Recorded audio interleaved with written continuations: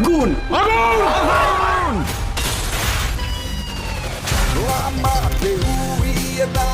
হেডিয়ার আসসালামু আলাইকুম। কে অবস্থা সবার, কেমন আছেন আপনারা? অবশেষে রকস্টার মুভিতে কে কোন চরিত্রে অভিনয় করবে সেটা জানিয়েছে শাকিব খানের অফিসিয়াল একটি গ্রুপ থেকে।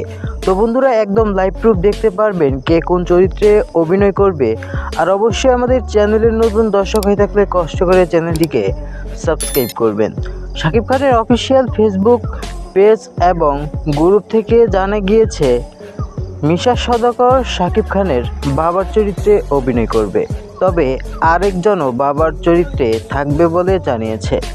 অপরদিকে ভিলেন হিসেবে থাকছে ডিপজলকে মেন ভিলেন হিসেবে দেখতে পারবেন আপনারা। জিল্লু খ্যাত শ্যাম ভট্টাচার্য থাকছে শাকিব খানের বন্ধু চরিত্রে অভিনয় করতে। তো বন্ধুরা, ঈদের সকল মুভির আপডেট জানতে আমাদের চ্যানেলটি সাবস্ক্রাইব করুন আর অবশ্যই আমাদের চ্যানেলের সাথেই থাকবেন সকল মুভির আপডেট পাওয়ার জন্য।